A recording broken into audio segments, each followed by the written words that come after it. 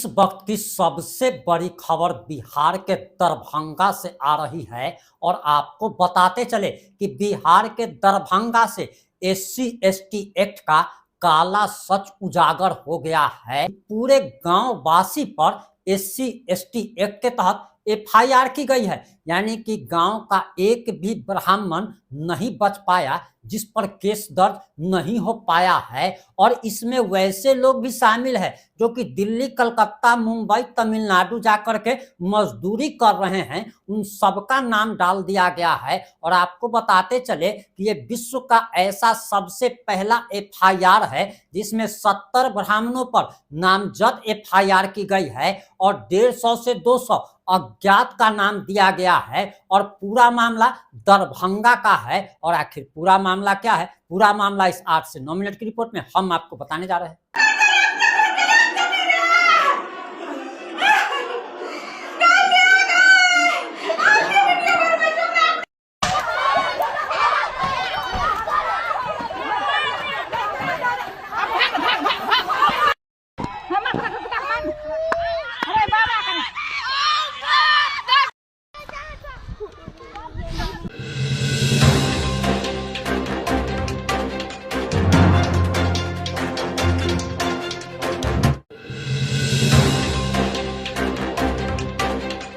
नमस्कार, मैं प्रिंस कुमार सिंह और आप देख रहे हैं पॉजिटिव इंडिया। अगर अभी तक आपने चैनल को सब्सक्राइब नहीं किया है तो खबरों से अपडेट रहने के लिए कृपया चैनल को सब्सक्राइब कर लीजिए। और जो लोग ऑलरेडी कर चुके हैं तमाम लोग को हृदय धन्यवाद। अब वापस आते हैं अपनी खबर पर और हम आपको वीडियो भी दिखाने जा रहे हैं। लेकिन सबसे पहले आखिर पूरा मामला क्या है, जरा आप पूरा मामला समझ लीजिए। आप देख पा रहे होंगे कि साफ तौर पर लिखा है और ये ईटीवी बिहार भारत की रिपोर्ट है कि बिहार में अनोखी एफआईआर दर्ज, पूरे गांव के ब्राह्मण को बनाया आरोपी। जाने पूरा मामला। दरभंगा में पूरे गांव के ब्राह्मण लोगों पर एफआईआर दर्ज किया गया है और पुलिस ने 12 लोगों को हिरासत में भी ले लिया है, यानी कि 12 लोगों की गिरफ्तारी भी हो गई है। और आपको बताते चले कि आखिर पूरा मामला जरा आप जान लीजिए कि दरभंगा, बिहार के दरभंगा के कुशेश्वर स्थान थाना में एक अनोखा केस दर्ज हुआ है और पूरे गांव के ब्राह्मण पर एफआईआर दर्ज कर लिया गया है।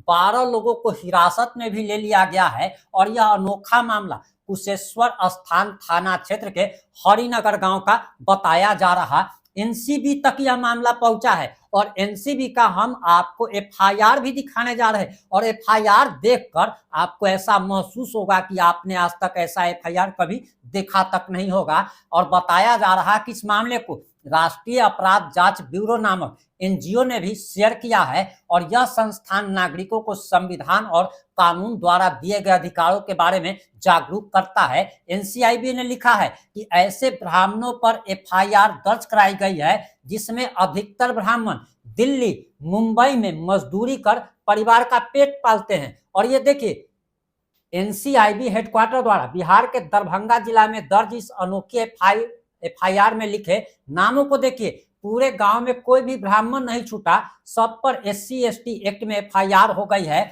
और पूरे गांव ने मिलकर सामूहिक शोषण किया है, यह आरोप लगाया गया है। यानी कि एससी एसटी एक्ट कैसे लगाया जाता है और इसका कैसे भरपूर फायदा उठाया जाता है। जो कानून एससी एसटी की रक्षा सुरक्षा के लिए बनाया गया था, उस कानून के दुरुपयोग का ये मामला जरा देखिए। शीशे की तरफ सब कुछ साफ दिख रहा है। अरे भाई, एक आदमी गलत हो सकता है, 2 आदमी गलत हो सकता है, 10 आदमी गलत हो सकता है, पूरा का पूरा गांव आखिर कैसे गलत हो गया, ये और वो भी आज के जमाने में ये बात भला समझ से परे है। अगर आपको पता होगा तो कमेंट करके जरूर बता दीजिएगा।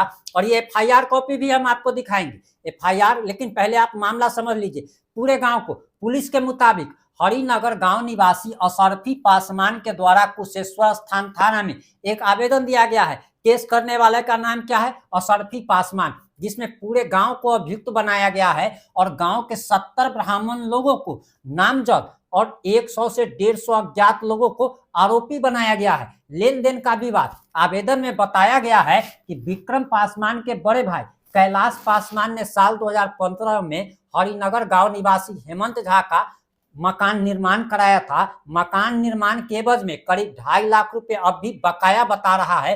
और उसने बताया कि कई बार पैसे की मांग की गई लेकिन बावजूद भी भुगतान नहीं हुआ। और आवेदन में अशरफी पासवान ने आरोप लगाया है कि इस विवाद को लेकर हेमंत झा, श्रीनाथ झा, पंकज झा, ओम प्रकाश झा, बाबू साहब झा, जगन्नाथ झा, अमित कुमार झा समेत कई लोग एकजुट होकर घर में घुस गए, लाठी डंडे एवं परिवार के सदस्यों से पर हमला कर दिया है। और ये जो है ये वीडियो भी है जो कि पुलिस अधिकारी का बयान है, वो भी हम आपको बताएंगे। महिला और बच्ची घायल, हमले में घर में मौजूद महिलाएं और बच्ची भी घायल हो गई है, ये दरअसल अशरफी पासवान का कहना है। घटना का लाइव वीडियो भी सामने आया है जो कि हम आपको दिखाने वाले हैं, जिसमें हमले और अफरा तफरी का मंजर साफ तौर पर देखा जा सकता है कि मारपीट तो भैया हुआ है, मारपीट तो हुआ है, इससे इनकार नहीं किया जा सकता, लेकिन पूरे गांव पर केस कर देना, ये जरा घटना के बाद से गांव में तनाव का माहौल है। और बताया जा रहा है कि मौके पर पुलिस कैंप कर रही है,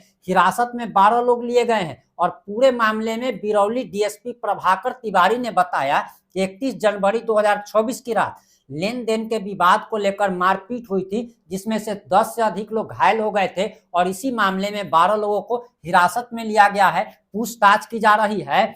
और ये प्रभाकर तिवारी डीएसपी बिरौल का ये बयान है कि पुराने विवाद में मारपीट की घटना हुई है, इसे कुछ लोग जातीय रंग दे रहे हैं और पुलिस मामले की जांच कर रही है। घटना के बाद गांव में सुरक्षा बढ़ा दी गई है, स्थिति तनावपूर्ण लेकिन नियंत्रण में है। अब जरा ऐसा समझ लीजिए कि पूरा मामला जो अभी तक जो दिख रहा है कि एक व्यक्ति अशरफी पासवान है जिसका कुछ पैसा एक झा जी के यहाँ बकाया है। अब पैसे का लेन देन का ये पूरा मामला है और इसमें दोनों के बीच में मारपीट होती है, दोनों परिवार के बीच में मारपीट होती है। तो SC/ST एक्ट का आखिर दुरुपयोग कैसे करना है वो जरा देखिए कि पूरे गांव के लोगों पर FIR। और आपने इससे पहले हमने आपको दिखाया था, वो जरा आप देखिए, इससे पहले हमने जो आपको दिखाया ये साफ तौर पर NCIB हेडक्वार्टर क्या कह रहा है कि पूरे गांव में कोई भी ब्राह्मण नहीं छूटा, सब पर SC/ST एक्ट फिर एक्ट में FIR हो गई। और आरोप है कि पूरे गांव ने मिलकर सामूहिक शोषण किया। और इसमें सबसे बड़ी हैरानी की बात तो यह है कि ऐसे ऐसे लोग हैं जो कि दिल्ली में, कलकत्ता में, मुंबई में, बेंगलोर में, तमिलनाडु में जाकर के भैया मजदूरी कर रहा है, वो व्यक्ति गांव में उपस्थित भी नहीं है, वो मारपीट में शामिल भी नहीं है, लेकिन इसके बावजूद भी केस आखिर कैसे होता है? आप लोग पूरा मामला समझते हैं। अब जरा आप लोग ही बताइए कि क्या आपको नहीं लगता है महिलाओं के लिए भी सुरक्षा के लिए बहुत सारे कानून बनाए गए हैं? नहीं बनाया गया है क्या? लेकिन क्या महिलाओं द्वारा जो केस किया जाता है क्या सारे के सारे जेन्युइन केस होते हैं? लोगों को फंसाने के लिए इस एक्ट का दुरुपयोग होता है। SC/ST एक्ट में भी यही सब कुछ हो रहा है। डोरी एक्ट आप लोग जानते होंगे कि किसी महिला का शादी के बाद अगर उसके पति द्वारा, परिवार द्वारा शोषण होता है तो डोरी एक्ट केस किया जाता है, उसमें भी तो वही होता है। हाँ, मैं ये नहीं कह रहा हूं कि सारे पुरुष जो है सो सही होते हैं या सारे पुरुष गलत होते हैं या सारे महिलाएं झूठा आरोप लगाती है, लेकिन अधिकतर महिलाएं शादी के बाद ससुराल पक्ष पर दहेज उत्पीड़न का केस लगा करके सबको जेल में ठेलवा देती है। तो कैसे कानून का दुरुपयोग होता है? और UGC मामले पर भी तो यही सब कुछ हुआ था। आखिर UGC का विरोध सवर्ण क्यों कर रहे थे? क्योंकि भैया आपने उस समय SC को रखा, ST को रखा, आपने उसमें OBC को रखा, लेकिन मात्र 10% सवर्ण को आपने पहले से जन्मजात अपराधी घोषित कर दिया। यानी कि सवर्ण जो है जन्म से अपराधी होता है, ऐसा भारत सरकार मानती है। वो तो भला हो सुप्रीम कोर्ट का, जिस सुप्रीम कोर्ट ने फैसला देते हुए इस कानून पर ही रोक लगा दिया, वरना सरकार की क्या मंशा है कि सारे जातियों को आपस में लड़ाओ। कैसे?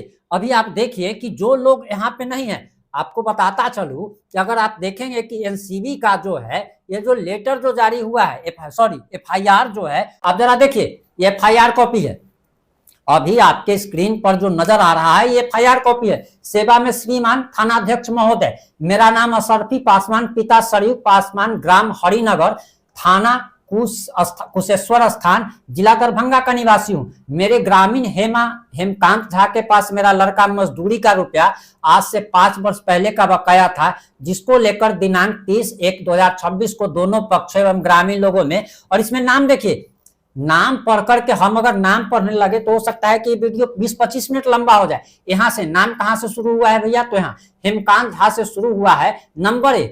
यहाँ पर नंबर 1 आप देखेंगे, नंबर 1 से लेकर के, और देखिए पूरा का पूरा जो है सो 70 लोगों पर ये FIR नामजद हुआ है। अब आप इस मामले पर आपकी क्या प्रतिक्रिया है, आप अपनी प्रतिक्रिया जरूर दीजिएगा। जुड़े रहे हमारे साथ। जय हिंद, जय भारत।